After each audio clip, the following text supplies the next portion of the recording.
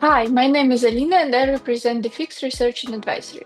This video is a part of the Fix Most Project educational series, media organization for stronger transnational journalism, designed to tackle real news challenges, from understanding audiences to building sustainable revenue.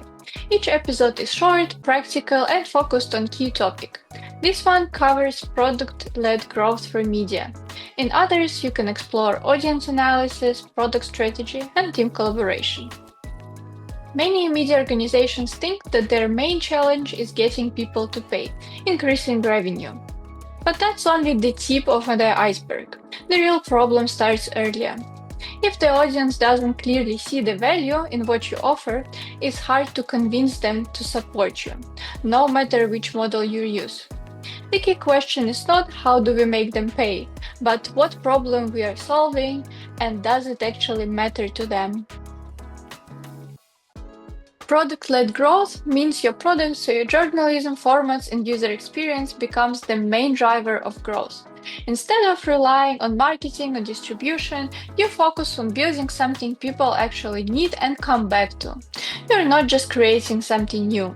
You start by asking, does my audience really need this? The product is not just the content itself. As Fabienne Mayer pointed out in our Fix Ed podcast, a single article is more like M&M, small and self-contained. A product, on the other hand, is ongoing. It's maintained, improved, and tied to a clear success metrics. Stories end at publication. Products evolve over time. And that difference changes how newsrooms think about what they create and why.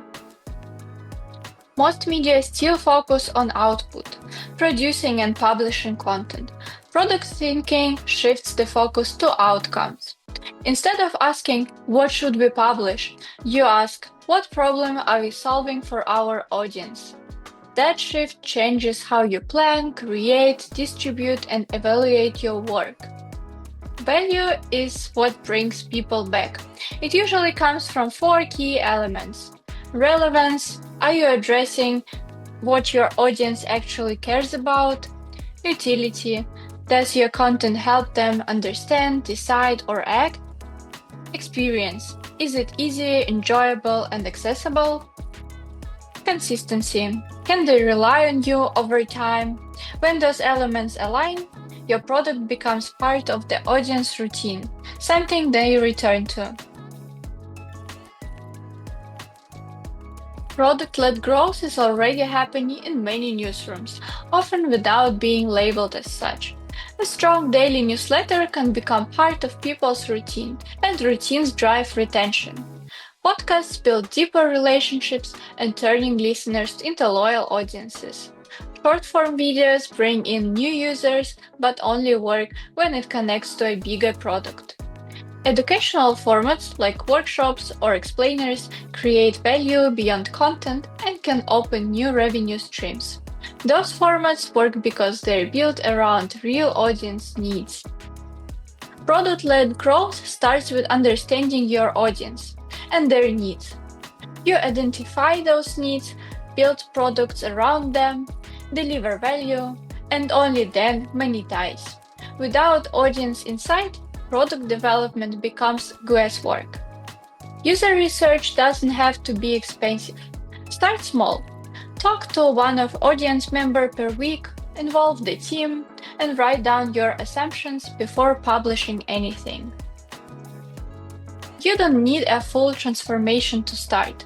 Just start small, but intentionally. First, identify a clear audience need using data, feedback, and observation. Then choose one product to focus on, a newsletter, podcast, or another format. Define a clear value and proposition. Why should someone use this? What makes it useful or different? Launch early, not perfectly, and test it with a real audience. Track simple signals like engagement, retention, and feedback. A common mistake is assuming people remember everything. They don't. Journalists do, audiences don't. Sometimes repeating or reframing a story is exactly what creates value. There are a few common pitfalls. focusing on formats, not needs, an unclear value proposition, no iteration, no ownership. Strong products come from continuous improvement, not one-off launches. The bigger issue is mindset. Many newsrooms start from themselves. We need people to come back, but that's backwards. Start with the audience. See the world from their perspective first. A simple way to think about product-led growth is as a loop. Start with an audience need and build a product that addresses it. Deliver clear and consistent value, then monetize that value. And then repeat it, improving each step based on what you learn. The goal isn't to convince people to follow you. It's to build something they don't want to miss. When you create a product your audience truly needs, you build trust and loyalty, and that drives sustainable revenue.